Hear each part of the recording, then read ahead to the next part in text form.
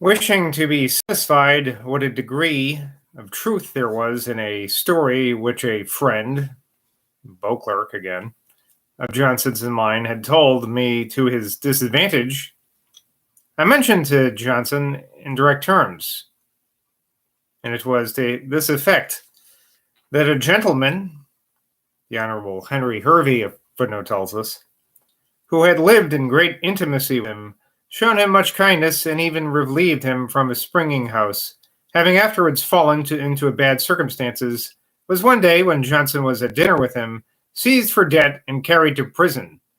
That Johnson sat still undisturbed, and went on eating and drinking, upon which the gentleman's sister, who was present, could not suppress her indignation.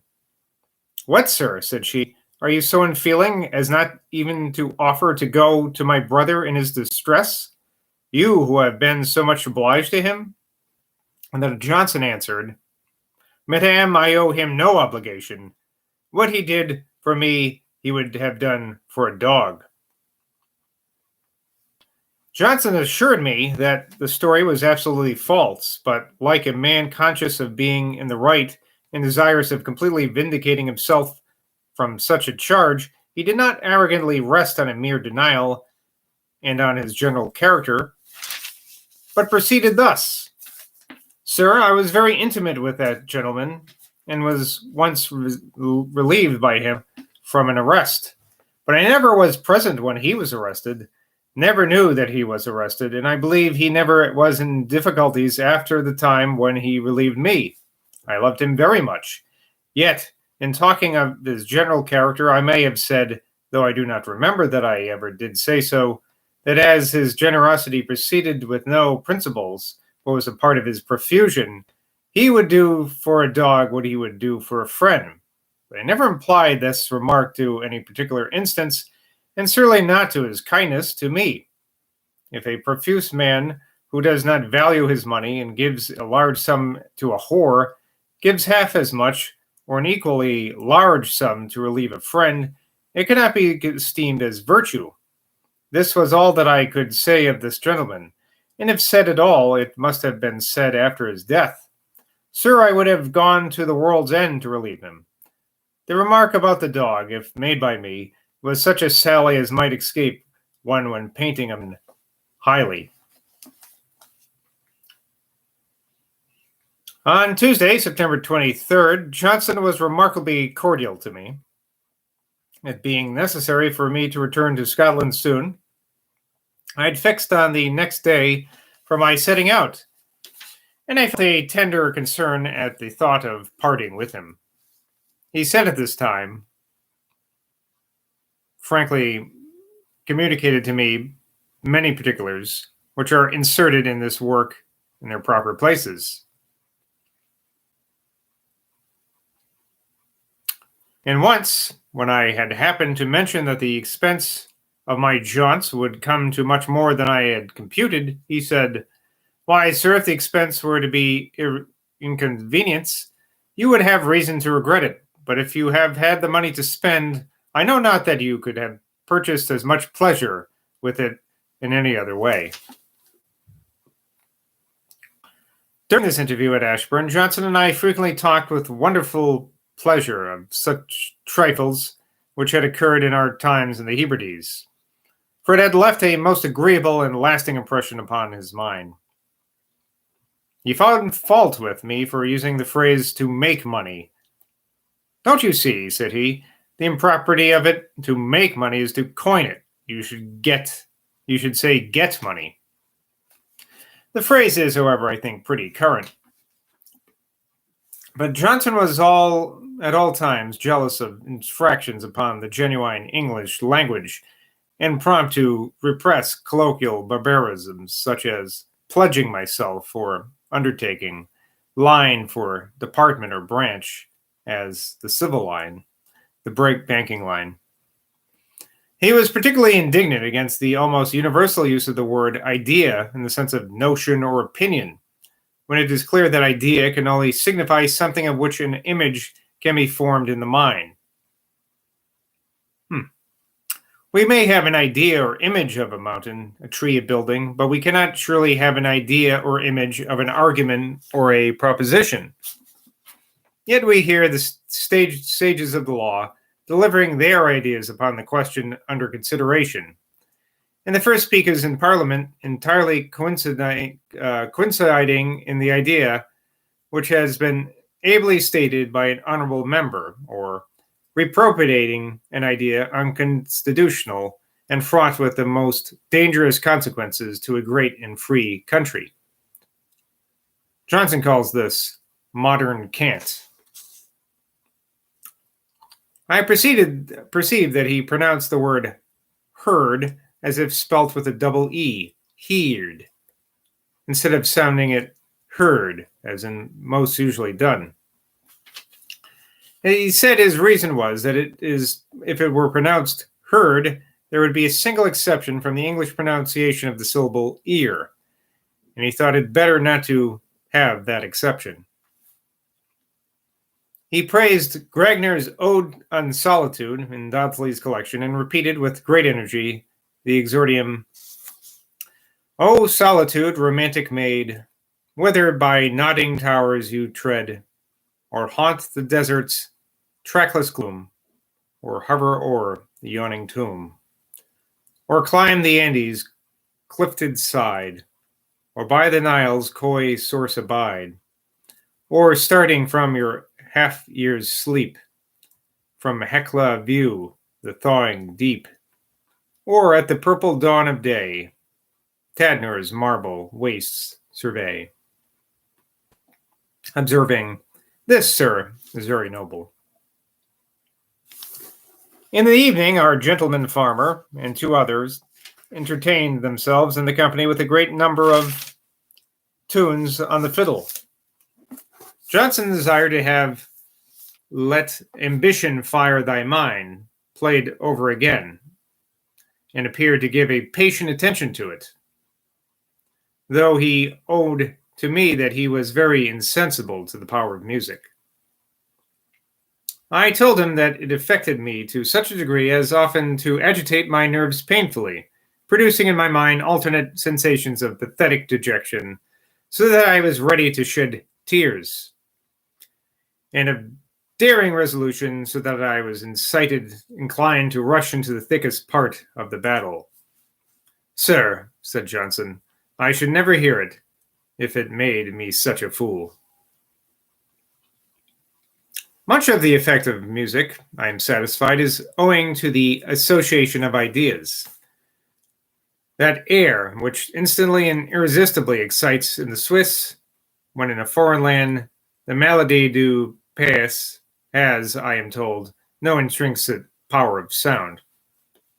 And I know from my own experience that Scotch reels, though brisk, make me melancholy, because I used to hear them in my early years, at a time when Mr. Pitt called for soldiers from the mountains of the north, and numbers of brave Highlanders were going abroad never to return. Whereas the airs of the Beggar's Opera, many of which are very soft, never fail to render me gay, because they are associated with the warm sensations and high spirits of London.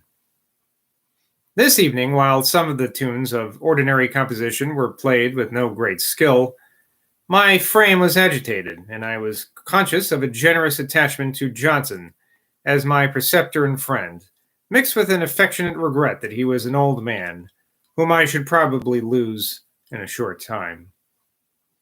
I thought I could defend him at the point of my sword. My reverence and affection for him were in full glow. I said to him, "My dear sir, we must meet every year if you don't quarrel with me." Johnson answered, "Nay, sir, you are more likely to quarrel with me than I with you. My regard for you is greater almost than I have words to express, but I do not choose to be always repeating it. Write it down in the first leaf of your pocketbook and never doubt of it again." I talked to him of misery being the doom of man in this life, as displayed in his Vanity of Human Wishes. Yet I observed that things were done upon the supposition of happiness, Grand houses were built, fine gardens were made, splendid places of public amusement were contrived and crowded with company. Johnson answered, Alas, sir, these are all only struggles for happiness. When I first entered Ranelagh, it gave an expansion and gay sensation to my mind, such as I never experienced anywhere else. But as Xerxes wept when he viewed his immense army and considered that not one of the great multitude would be alive 100 years afterwards, so it went to my heart to consider that there was not one in all that brilliant circle that was not afraid to go home and think, but that the thoughts of each individual there would be distressing when alone. This reflection was experimentally just. The feeling of languor, which succeeds the animation of gaiety, is itself a very severe pain. And when the mind is then vacant, 1,000 disappointments and vexations rush in and excruciate. Will not many even of my fairest readers allow this to be true? There's a footnote here about languor. Pope mentions, stretched on the rack of a too easy chair. But I recollect couplet quite apposite to my subject in virtue, an ethic epistle, a beautiful and instructive poem by an anonymous writer in 1758, who, treating of pleasure in excess, says, Till languor, suffering on the rack of bliss, confess that man was never made for this.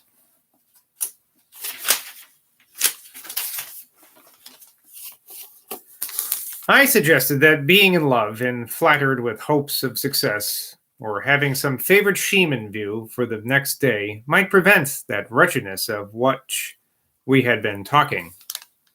Johnson answered, Why, sir, it may sometimes be so as you suppose, but my conclusion is in general but too true.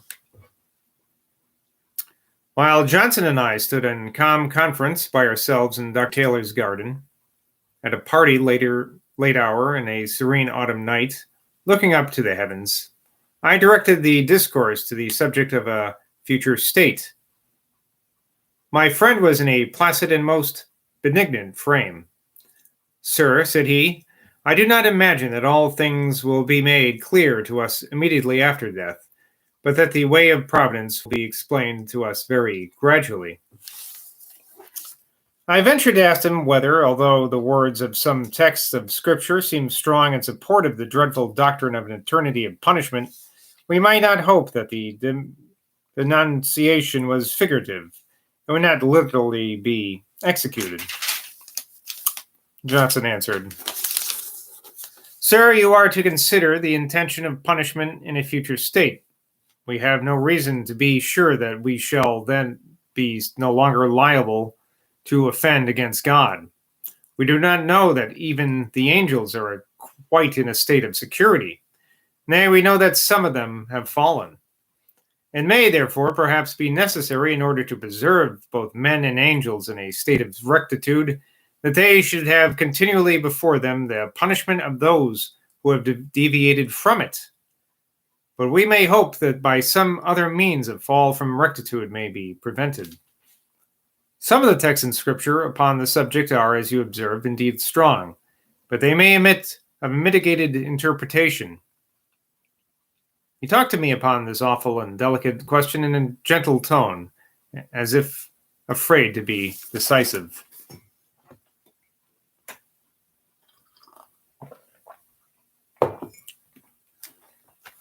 After supper, I accompanied him to his apartment, and at my request, he dictated to me an argument in favor of the Negro who was then claiming his liberty, an action in the Court of Session in Scotland. He had always been very zealous against slavery in every form, in which I, with all deference, thought that he discovered a zeal without knowledge. Upon one occasion, when in company with some very grave men at Oxford, his toast was, "Here to the next insurrection of the Negroes in the West Indies." His violent prejudice against our West Indian and American settlers appeared whether there was an opportunity. Towards the conclusion of his Taxation No Tyranny, he says, "How is it that we hear the loudest yelps for liberty among the drivers of Negroes?" And in his conversation with Mr. Wilkes, he asked, "Where did Beckford and Trellick learn English?" That Trellick, or I guess his name is Trecothick, could both speak and write good English is well known. I myself was favored with his correspondence concerning the brave Corsicans, and that Beckford could speak it with a spirit of honest resolution, even to his Majesty as his faithful Lord Mayor of London, is commemorated by the noble monument erected to him in Guildhall. Oh, now let's see how long the next part is the argument. All right, I'm going to read that. It's not too long. The argument dictated by Dr. Johnson was as follows. It must be agreed that in most ages, many countries have had part of their inhabitants in a state of slavery. Yet it may be doubted whether slavery can ever be supposed a natural condition of man. It is impossible not to conceive that men in their original state were equal, and very difficult to imagine how one would be subjected to another but by violent compulsion. An individual may indeed forfeit his liberty by a crime, but he cannot by that crime forfeit the liberty of his children. What is true of a criminal seems true likewise of a captive. A man may accept life from a conquering enemy on condition of perpetual servitude, but it is very doubtful whether he can entail that servitude on his descendants, for no man can stipulate without commission for another. The condition which he himself accepts, his son or grandson perhaps would have rejected. If we should admit that what perhaps may with more reason be denied, that there are certain relations between men and men which may make slavery necessary and just, yet it can never be proved that he who is now suing for his freedom ever stood in any of those relations. He is certainly subjected by no law, but that of violence, to his present master, who pretends no claim to his obedience, but that he bought him from a merchant of slaves, whose right to sell him never was examined. It is said that, according to the constitutions of Jamaica, he was legally enslaved. These constitutions are merely positive and apparently injurious to the rights of mankind, because whoever is exposed to sale is condemned to slavery without appeal, by whatever fraud or violence he might have been originally brought into the merchant's power. In our own time, princes have been sold by wretches to whose care they were entrusted, that they might have a European education. But when once they were brought to a market in the plantations, little would avail either their dignity or their wrongs. The laws of Jamaica afford a Negro no redress. His color is considered as a sufficient testimony against him. It is to be lamented that moral right should ever give way to political convenience. But if temptations of interest are sometimes too strong for human virtue, let us at least retain a virtue where there is no temptation to quit it. In the present case, there is apparent right on one side and no convenience on the other. Inhabitants of this island can neither gain riches nor power by taking away the liberty of any part of the human species. The sum of the argument is this: no man is by nature the property of another. The defendant is, therefore, by nature free. The right of nature must be some way forfeited before they can be justly taken away. That the defendant had by any act forfeited the right of nature we require to be proved. And if no proof of such forfeiture can be given, we doubt not but the justice of the court will declare him free. And there you go. All right, that's it for today. Bye from Boswell.